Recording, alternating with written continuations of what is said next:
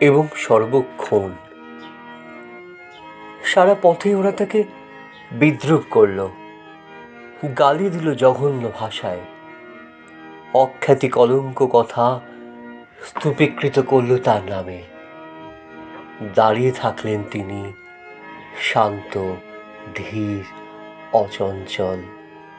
অলৌকিক উজ্জ্বল আভায় একটু ক্ষীণ হাসি দেখা দিল তার ম্লান ওষ্ঠে। বড় দুঃখে, অন্ধ আয়োজন দেখে, দারুণ ঘৃণায় চারিদিকে। নিশ্চিত জানতেন তিনি, একমাত্র প্রেমই কেবল মানুষের সব দুঃখ যন্ত্রণাকে, পৃথিবীর মানুষের সমস্ত জাতির নিরাময় করে দিতে পারে। উচ্ছৃঙ্খল জনতারায় যদিও দুর্বার, পাথর ছুড়ল ওরা ভবিষ্যদ্রষ্টার দিকে।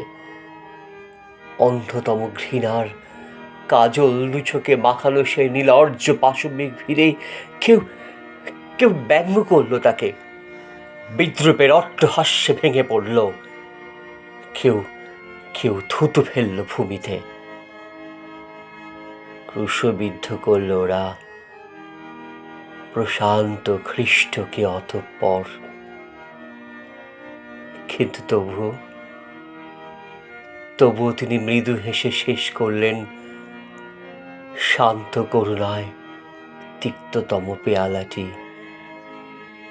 উজ্জ্বল অধরে তুলে সহজ ভঙ্গিতে এবং অদম্য নির্ভয়ে তিনি আত্মাহরণকারী দুঃসহ দুর্ভর তস্কর নির্দিষ্ট সেই শাস্তিকে মেনে নিলেন। স্বর্গপ্রেরিত সেই শান্তিদূত মাঙ্গল্যের মহৎ ক্ষমায়।